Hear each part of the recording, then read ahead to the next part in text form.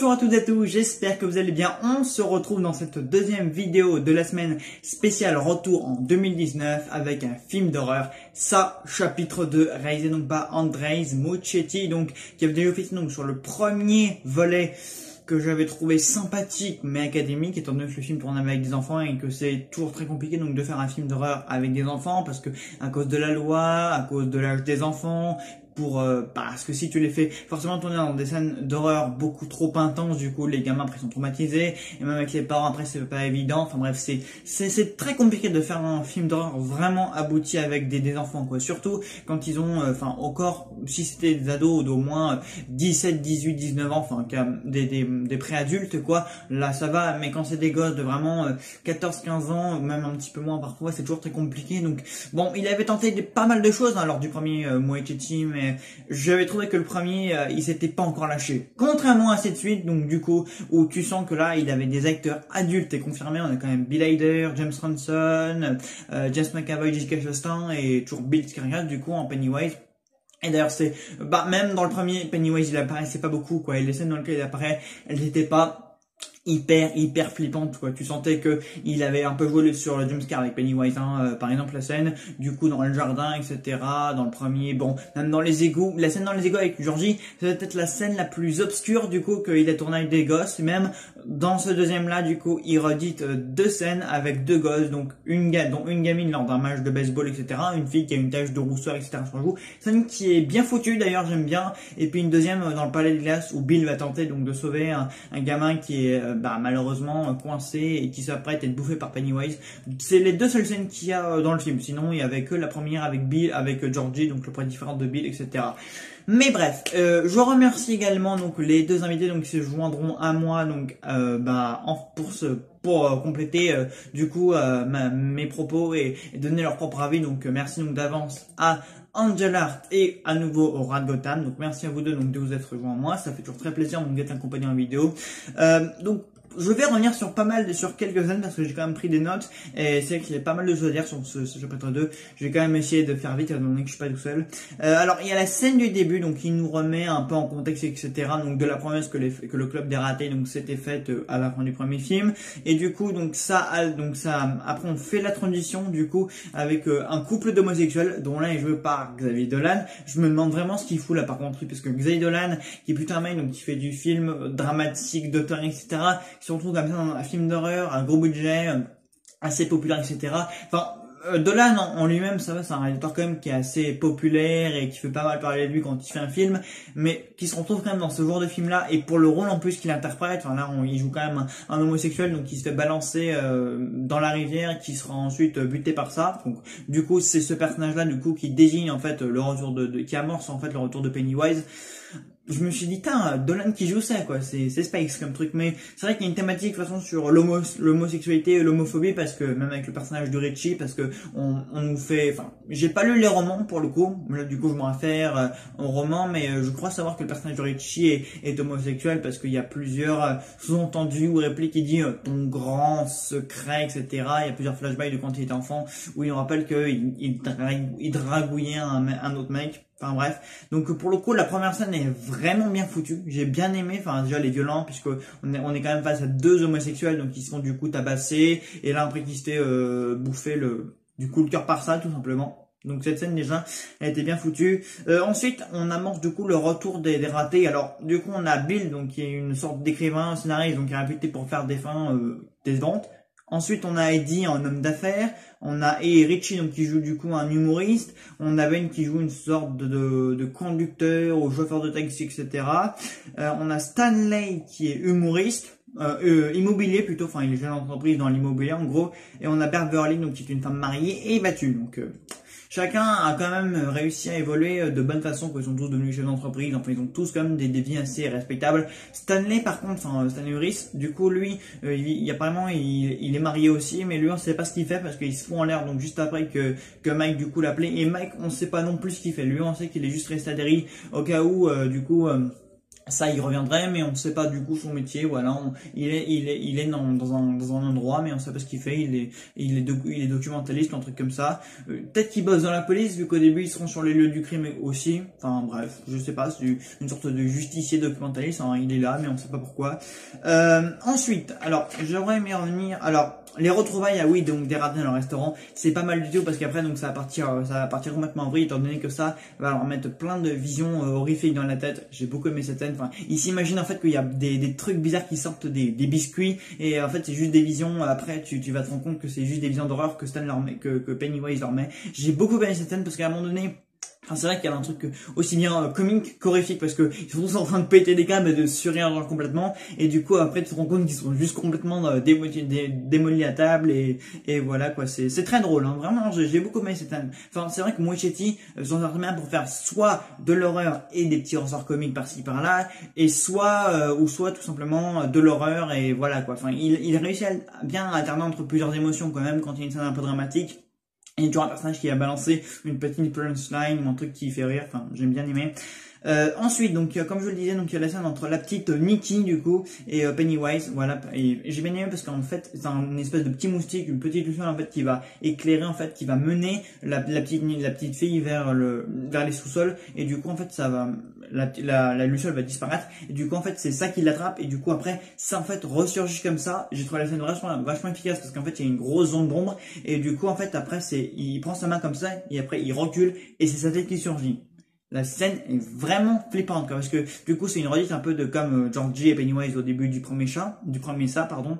Et moi j'ai beaucoup aimé cette scène, je l'ai trouvé assez flippante. Parce qu'après quand même tant ça joue parce qu'il la manipule etc. On lui faisant croire qu'il peut effacer sa tâche de naissance et du coup après il va lui bouffer la joue. Tu vois ses dents en gros plan qui lui bouffent la joue. C'est très flippant vraiment.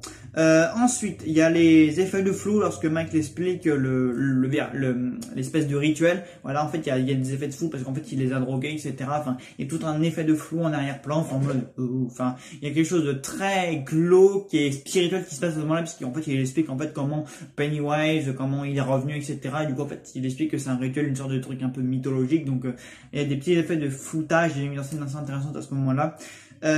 Ensuite, lorsque les ratés prennent la décision tout simplement donc de reprendre les choses en main, il y a vraiment une musique entraînante qui se met en mode ça y est quoi, ils ont pris une décision. Ils se sont tous réunis, voilà, ils vont vraiment aller buter ça. Il y a une musique vraiment entraînante qui se met en mode ça y est quoi. Le film démarre vraiment à ce moment-là quoi. L'aventure recommence, etc. Les ratés sont de nouveau dans cette quête du coup d'aller détruire Pennywise quoi. Et enfin, non, il y a d'autres scènes aussi où il faudra revenir, mais la scène la plus flippante du film, la scène entre Madame Kelch du coup et Beverly, parce que du coup elle doit revenir donc dans l'appartement de son père malheureusement décédé, et en fait c'est une vieille dame qui habite ici, et tu sens dès le début qu'il va se passer qu'il va se passer quelque chose d'horrifique quoi, parce que l'ambiance etc. Enfin il y a une petite musique inquiétante, il y a des petits arrière-plans. Enfin par exemple quand Beverly est en train de lire un truc que Ben parce qu'elle de son MacGuffin qu'en gros son souvenir, elle observe en fait une ancienne carte dans son truc que Ben lui avait écrit et donc du coup la caméra va faire pivoter et au fond du couloir tu vas voir la vieille dame qui fait un geste en mode. Et là, tu te dis, mon Dieu, qu'est-ce qu'il va nous faire avec cette scène, punaise. Enfin, vraiment, la scène est vraiment flippante, quoi. Il nous fait vraiment monter la sauce, parce que t'as ce contre-champ aussi sur Beverly, et du coup, la vieille femme, etc., qui rigole de façon un peu étrange, la vieille dame. Pareil, quand elle secoue son t-shirt, et tu vois qu'il y a un truc tout dégueu sous son t-shirt. Oh, ça te met vraiment des frissons, tu vois ça, mais la scène est tellement bien réussie, niveau atmosphère, niveau ambiance, la petite musique derrière, l'appartement tout terne et poisseux de la vieille, enfin, bon, waouh, c'est quand même vraiment très flippant même quand Beverly elle observe le mur et derrière tu vois la tête de la dame comme ça qui est toute nue, avec une petite vraiment, c'est efficace, quoi. Il s'est lâché au niveau des effets d'arrière-plan, premier plan, second plan, petite musique inquiétante, tension, je fais monter la sauce et après je lâche tout. Pareil, juste après cette scène, On a du coup, elle est face à Pennywise du coup qui est démaquillée, il souhaite la peinture sur la gueule et juste après en mode, il y a un gros plan sur son visage et juste après il fait ça avec ses mains, il se défigure et là tu dis ah purée quoi, c'est vachement bien foutu comme ça les effets techniques parce que il se met de la peinture etc et après avec ses ongles etc il se défigure comme ça. Bon, pareil, c'est très très flippant comme ça. J'ai beaucoup aimé comment c'était tourné, le gros plan, le jeu de Bill Skarsgård. Vraiment, il joue très bien ce moment-là. Pareil, il y a la scène dans le parc entre le jeune Richie et un géant, puisqu'il a des visions encore graphiques parce que il avait le géant qui est dans l'espèce de grand parc, etc. Et il a la vision qu'en fait les gens il donne vie, du coup il défonce le parc, etc. Vraiment, c'est bien, c'est très bien joué pour après amorcer une autre scène horrifique après. Vraiment, c'est plutôt bien foutu. Ensuite, là, il y a une scène pareil entre Stephen King et Bill, du coup, qui est très relié parce qu'en fait, du coup, Bill joue un écrivain et du coup, bah, c'est très drôle puisque Stephen King, en fait, il joue ici un vendeur, etc., et qui refuse de signer le livre de Bill parce que il a trouvé la fin mauvaise et que toutes les fins de Bill sont imputées pour être mauvaises. Et quelle autre adaptation, quel autre livre de King a eu une adaptation cinématographique? Je vous le donne en mille, évidemment. Shining. Et quel autre film est référencé du coup dans ce film-là? Shining. Tout est relié, hein. C'est pas un easter egg comme ça dans le vent. Vraiment, Taika Waititi a dit bon, bah, allez, je vais relier tout l'univers de King dans ce truc-là, ça va être plutôt marrant. Ensuite, donc il y a la scène avec Lego, pareil, où Bill, du coup, il fait face au traumatisme de Jordi, plutôt réussi, du coup, comme scène. Il y a la scène aussi avec Eddie dans le sous de la pharmacie, pareil, très réussi. Il y a l'effet de transition entre sa version jeune et sa version adulte, pareil, très réussi. Il y a le baiser entre Bill et Beverly, et il y a un montage en fait où on se souvient en fait de leur rapprochement quand ils étaient petits, et la caméra tourne et du coup montage en mode version adulte puis version jeune quoi. Pareil, effet de montage, effet de transition entre les deux plutôt réussi. Donc voilà, il y a aussi donc la scène dans le palais des glaces, vraiment qui est très réussie du coup, où un gamin que Bill a tenté d'aider se fait bouffer sous ses yeux donc par Pennywise. Du coup, d'un côté il y a Bill qui tente de briser la vitre comme ça, et d'un autre il y a Pennywise comme ça qui fait qui va casser la vitre avec sa tête. Très flippant d'ailleurs, puisque Pennywise en fait il fait des bang bang bang à répétition. J'ai beaucoup aimé cette scène, encore une fois, effet de mise en scène, très réussite. Il y a la tête décapitée et décomposée donc du jeune Stanley quand ils sont dans la demeure de Pennywise pour en venir définitivement avec lui, qui est pas mal réussi aussi quoi, j'ai beaucoup aimé. Enfin, le personnage n'est pas présent, mais ils ont essayé de faire un petit truc un peu horrifique avec sa tête tout simplement, mais qui est très très réussi, les effets spéciaux etc. Et le climax qui joue sur les émotions, la peur et les traumatismes de chacun, parce que c'est un film en fait qui joue beaucoup sur ça, sur les souvenirs, l'héritage, la nostalgie etc. Et comment ils vont devoir tous s'unir et se souvenir en fait pour vaincre Pennywise. Et voilà quoi. Donc bah écoutez, voilà. En gros, ça 2, j'ai beaucoup aimé. Il y a énormément de très bonnes scènes, beaucoup de bonnes idées de mise en scène. Les acteurs jouent tous très bien. Bill Skarsgård aussi. C'est vraiment un chapitre beaucoup plus ambitieux, techniquement, scénaristiquement parlant. Et voilà quoi. Globalement, j'ai beaucoup plus aimé ce chapitre 2 par rapport au premier chapitre. Il n'y a pas photo. Et en le revoyant une deuxième fois, je peux vous confirmer que ça, chapitre 2, André Muschietti, c'est beaucoup plus lâché. Voilà. J'ai déjà beaucoup parlé. Je laisse donc la parole à mes invités. Et nous on se retrouve donc demain pour la critique donc de Dumbo, réalisée donc par Tim Burton. Salut à tous. Bonjour Alexandre. Tout d'abord, merci beaucoup de m'inviter sur ta vidéo critique, sa deuxième partie. Alors moi, ce que j'ai pensé du film, malheureusement, j'ai beaucoup moins apprécié cette partie que la première partie. Dans la première partie, j'ai trouvé que Andreas Muschietti avait fait un excellent travail, une relecture du roman de Stephen King, ça. Tout était absolument parfait, que ce soit au niveau de sa mise en scène, au niveau de ses effets spéciaux, au niveau des acteurs, au niveau aussi de l'interprétation de Gripsou. Donc on avait une nouvelle adaptation complètement différente de l'adaptation du téléfilm de 90. Donc on avait un très très bon Gripsou, très terrifiant, complètement habité par Bill Skarsgård qui le joue vraiment merveilleusement bien. On a un très beau costume, on a un très beau maquillage, il est vraiment terrifiant. En termes des jeunes acteurs qui jouent les enfants de Derry, les jeunes acteurs étaient vraiment très bons. Bon, c'est pas étonnant parce qu'on avait des jeunes acteurs déjà assez confirmés, parce qu'on retrouve des jeunes acteurs de la série Stranger Things. Donc les acteurs étaient vraiment très très bons. J'ai rien à dire sur la première partie, mais ça n'a pas été totalement le cas dans la deuxième partie, parce que j'ai trouvé que Muschietti ne savait pas cette fois gérer la partie adulte des enfants, parce que faut revenir un petit peu à l'histoire, voilà.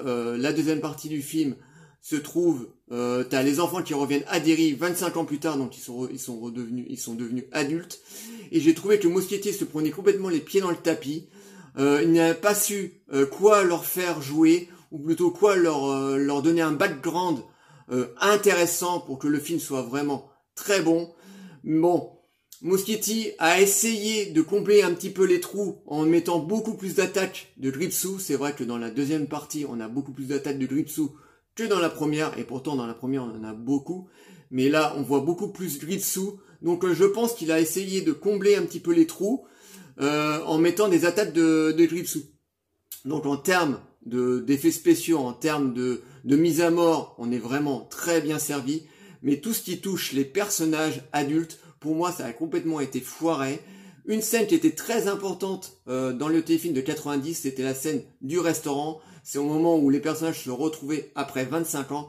Et là, j'ai trouvé que dans la partie 2 de Muschietti, les personnages ne savaient pas quoi se dire. Voilà, il y en a même qui, dès qu'ils sortent du restaurant, veulent repartir chez eux, dû déjà par la peur, mais parce qu'ils ne savent plus quoi se dire. Et je trouve que Muschietti, à ce moment-là, n'a pas su du tout gérer la deuxième partie du roman de Stephen King, parce que le roman de Stephen King était coupé en deux. On avait ça, première partie tome 1, et ça, deuxième partie tome 2.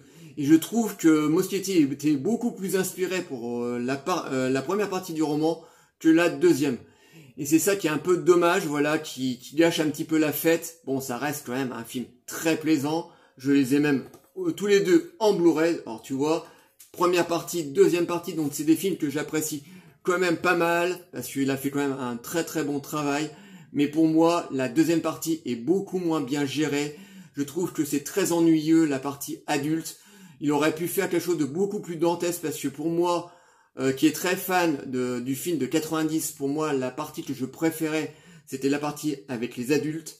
Parce que le film, à l'époque, quand il était passé sur les chaînes télé françaises, il était découpé en deux. On avait une première partie qui durait 1h30, la deuxième partie qui durait aussi 1h30.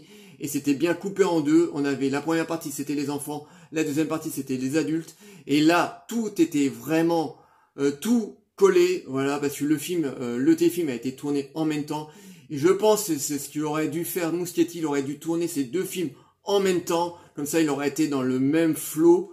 Et malheureusement, ça s'est pas passé comme ça. La première partie a été tournée. Ensuite, il a attendu le résultat du film au box-office. Donc, le premier film a fait un carton. Donc ensuite, il a réalisé le deuxième, mais malheureusement, il s'est complètement perdu en route.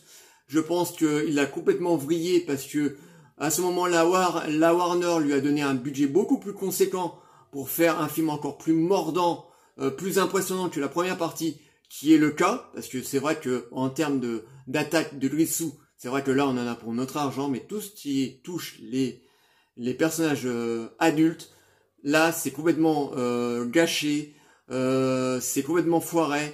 Il n'a pas su gérer donc cette partie avec les adultes. Donc voilà, c'est un film que j'aime plutôt bien. Voilà, j'irai pas dire bien sûr que c'est un navet. Voilà, j'adore le climax de fin au moment où ils sont enfin rassemblés pour tuer Gripsou le clown. Mais pour moi, elle est nettement inférieure que la première partie. Voilà. Encore merci de m'avoir invité et à très très bientôt mon ami. Gotham, bonsoir, parlons un peu de ça chapitre 2, la suite évidemment de ça chapitre 1. Un film qui est donc basé sur une œuvre de Stephen King, encore une fois, je l'ai trouvé aussi moins bien que le premier.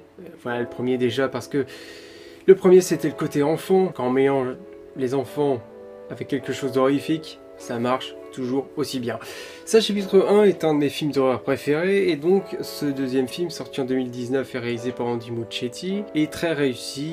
Il dure à peu près 2h50 et on rend encore heureux parce qu'il y a beaucoup de choses à raconter, donc pour moi le temps n'est pas du tout dérangeant étant donné que je ne vois même pas le temps passer devant ce film tellement qu'il se passe de choses. Alors après il y a beaucoup de flashbacks qui vont être amenés dans ce deuxième film, donc on aura encore le retour des enfants.